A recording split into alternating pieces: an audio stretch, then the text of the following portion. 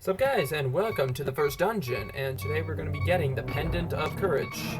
Now I'm just going to get a heart just before I go insane, because this beeping is just glorious, and I can't find a heart, supposedly. So, give it a minute. I'm coming. This dungeon is the first dungeon, and, I do not consider the castle a dungeon. That was not a dungeon. That was just barely an introduction. Alright, so I guess we're going to die right here. Nope. Well, oh, that was close. And yes, actually, I can go right here. Hopefully, there's gonna be a heart, because this beeping is very obnoxious. Come on. One last. You've got to be kidding me. So I get 100 things. Nope, not down there. Alright.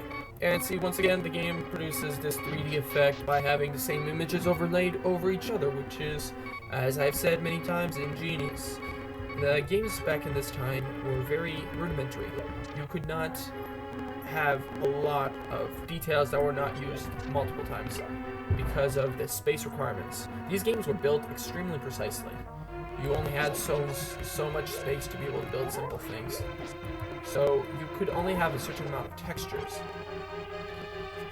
Therefore, you'll see many textures being used multiple times, and many enemies that are exactly the same, except they have a different color somewhere. And for that small detail, they will have a different power also, so they'll be able to shoot arrows or something of the sort.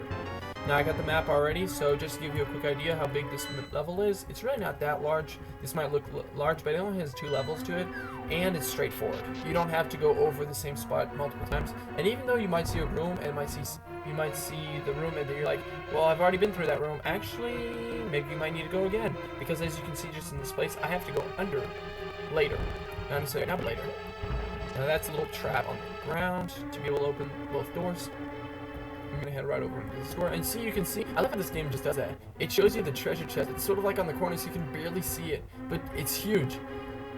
You're like, imagine you're 8 and you see that giant treasure chest, and you saw the little treasure chests, and you know they gave you little things, but you know that mega treasure chest has to have the most awesome thing ever. I got arrows. Why would I get arrows unless I will need the bow and arrow? And once again, using the pots, but you know at this point, oh, I got bombs also, which is really nice, but you know at this point that you will need to get that treasure chest. At this point, everything in your life depends on getting that one treasure chest, which you know will have the greatest thing of your life. Because look at these little treasure chests. They still do give you little things, and this is a compass. This will give you the idea of where there's treasures and stuff. Really not that super useful, but then again. But this treasure chest, you're excited to get to. This, pretty much, I'm not going to talk to it. It's just useless information. Oh, whoa. What's that thing? What's that thing? Is it going to hurt me? Ah! What is that thing? No! Ah! Oh my goodness. It's right beside me. Maybe it won't see me. Ah! It's a bug. So, either way. This is... I'm not really scared, but I'm just saying this is from the point of view of a kid. This would be terrifying, I find. A monster with one eye looking right at you, piercing your soul. And which is insanely hard to destroy unless you know how to. So, you're excited. You come up to the treasure chest. All of a sudden I become a Canadian. It's locked. You need the beat key. Oh, just great. I want to get it though. I mean, at this point, mom calls and says, we got time to eat. I'm like, I don't care. I don't need to eat right now. I just got to find this key, and I got to get that treasure chest. And see, using pots one-shots those guys because there's certain qualities of this game which permit that sword does a certain type of damage, and it will not be able to damage certain types of enemies, or it will take way longer to kill them than something else. I can't go in there, it's locked, therefore I have to come right back the same way. Can't go anywhere else. It's dark again, meaning I have a very small view. I can only see a little distance. These characters are just annoying because of their randomization and their difficulty of being able to take out. So I'm just going to take all these because I'm OCD. And there we go, and now that's awesome. All of them are just good. Coming right back over here, boom. And I can get into the secret door. I need to find that large key. I need to. Oh, we're in the same room. But see, this is what I was talking about. Getting the same room doesn't mean that you're going to do the exact same thing. You might be going into another area which was restricted. And look, that giant door up there, that's so imposing. You want to get there, that looks so cool. You don't know, maybe that's the boss. Maybe. And, oh no, our good friend is back. Ow! Yeah, he hurts a lot.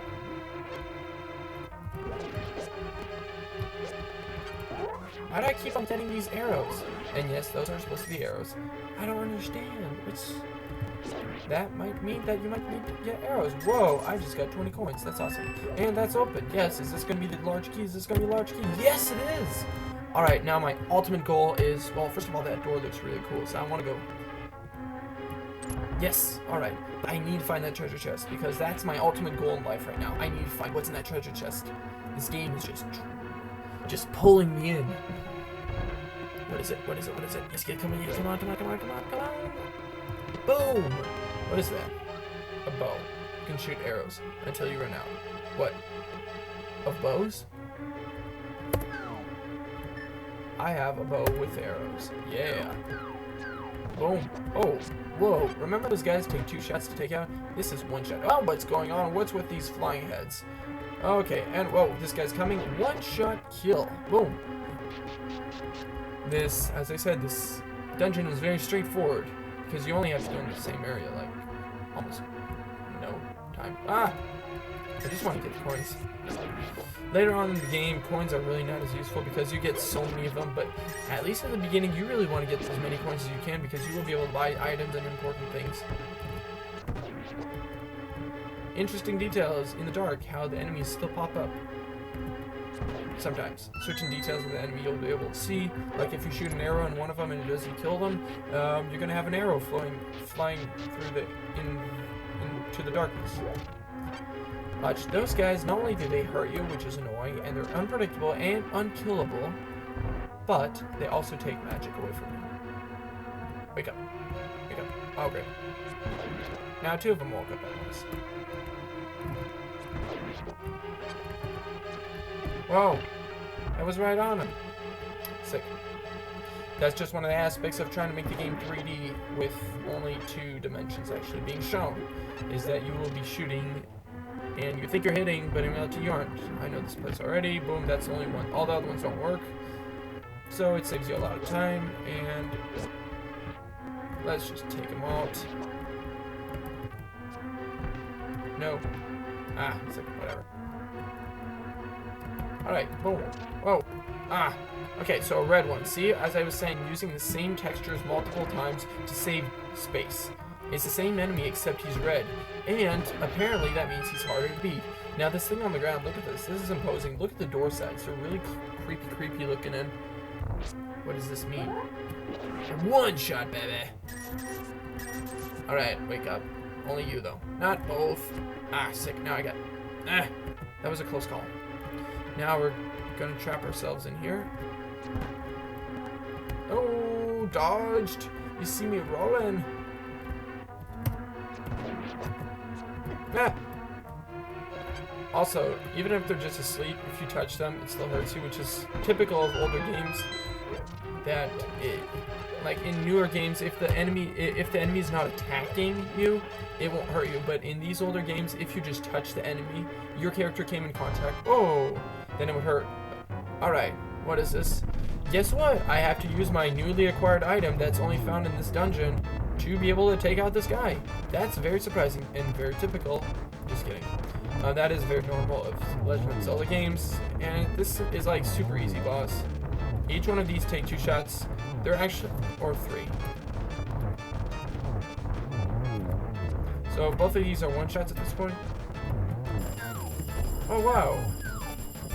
Whoa. Ah! Oh man.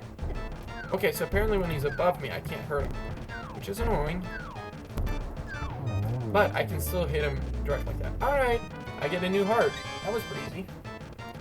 Yay! Awesome. Boom.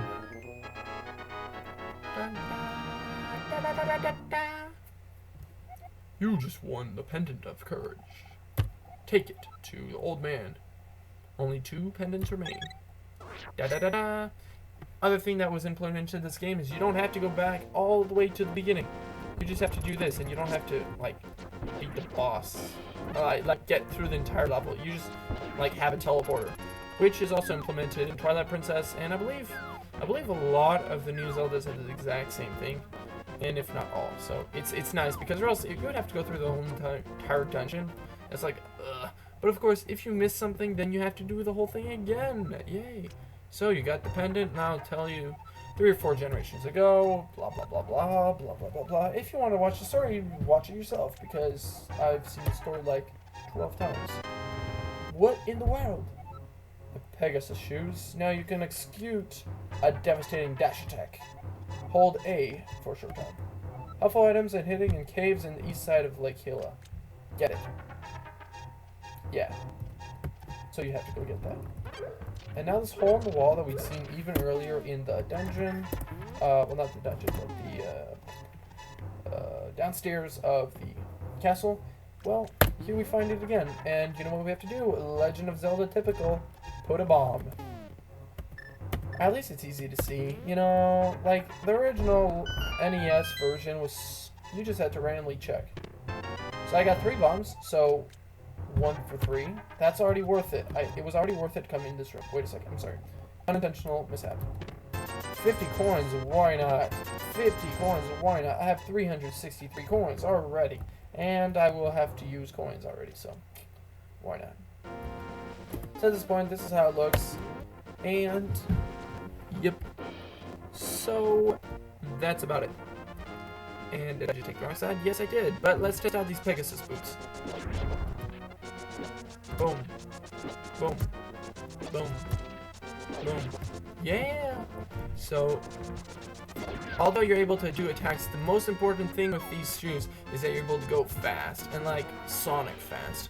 Not exactly, but almost Sonic fast. Something about Nintendo and having to run fast seems to correlate, but... And so, at this point, where do I have to go? Oops, accidental. I have to go in these blinking spots, except I can't get the sword yet. With the sword, like, doubles your damage, which is really nice, but I can only get... Yeah. Currently, I'm going to go to the desert, on the bottom left, because it's awesome. And see, enemies can also use the same things that you can. Of course, yes, they can use swords, but they can use bows and arrows. A lot like the original NES, where the characters actually started using bows, which was just astonishing for me. You know, wow, the bad guys are using boomerangs, just like me. And then I get the item that permits me to do boomerang attacks also. Yeah. You know, especially when you see that weapon, you're like, the enemy has that weapon and I really want that weapon, but I don't know if I can get that weapon. Well, actually, in this case, you typically can. Of course, you aren't going to get like Ganon's super weapon or anything, but you will also be able to take normal weapons and get them. And this is how it feels to walk through water. Shallow water, because deeper than that, boom, you can't. And it doesn't hurt you though, which is nice, because or else that'd be annoying. It's like, oh, I didn't know. What is this place? This is... What in the world is this character? Alright, take it, thief. Okay. Sure. So, I want to get the treasure chest. See? This is a small puzzle. I got a bunch of bombs, that's awesome, but you see the problem now is I can't get through. I can't push these more, I can't pull them back, I can't do anything, so what you have to do, you just have to reset the level. Whoa, mind blown. Yeah, not really. Why would I want to check farther? Because this is exploration. And this is a little bit of a side quest. This is not perfectly pertinent. I'm going to pull this one and it's the wrong one. Just because I want to show you what bombs look like when they explode. Wow, I know, right? Either way, see, this is part of what I mean ingenious. Who would have thought of making a dam open when you pull this thing in the jig? And why would you want to do that anyways? Because it takes all the water away and makes fish die. And it gives me a heart piece. Yeah, that's worth it. Alright. This guy, nothing to do with this guy yet. Don't worry about it. Later on, it's sort of nice, but not right now. So, it looks like Hydra. Whoa, so there's monsters in the sand. More monsters in the sand, and then there's this bird that's annoying. Alright, so, what do I have to do right here? Oh, well, what in the world is this thing? I have no clue what this stuff is. Now, in typical Legend of Zeldas that are made for younger kids, what would I have to do in this point? I would have to look at my trusty partner, and he would give me all the information. Oh, well, you can't read this, so you have to find a way to translate it. But instead of doing that, this game just leaves you there with a question mark, and it does not answer, and you don't know what to do. And see, that's a bomb. I just want to show you that. So you have no clue what to do at this point, and you're like freaking out. Ah, this is where I have to get the next pendant thingamajig, and I don't know how to get it. Well, figure it out. Either you can go cheat, and this is the fairies. I just have 3 hearts left. I would like to regen, so why not?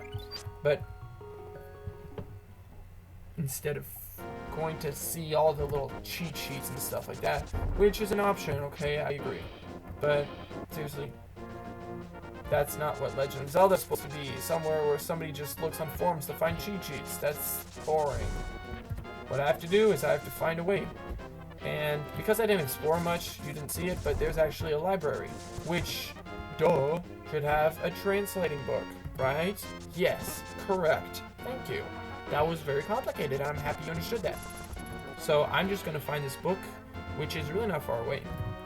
And the more you explore, the more satisfying this game becomes, and the easier it becomes, to be honest. Because if it's too... the more you explore, the less you'll have to explore later. Oh yeah, I have to find so-and-so thing. I don't know where it's found, and I don't know what to do, and oh, no. But the more you explore, the more you'll be like, oh, wait a second, there's this thingamajig here, and I saw it, and I'm like, oh, maybe I could use it to do this thing. And I didn't go in there because that's not the library. And I can still run upstairs, but actually running up the stairs is only the same speed. And wonderful, this thing I can grab.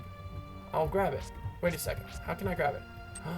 You know, at this point you'll think, maybe throw a boomerang and it'll come back, right? Nope, you can't pull it, you can't do anything, you can't, and yet you can grab stuff. Look, I look stupid, but whatever.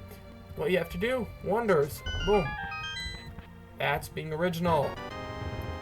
Nintendo could have done something simple as, oh well, let's just let him, you know, just reach over and grab it.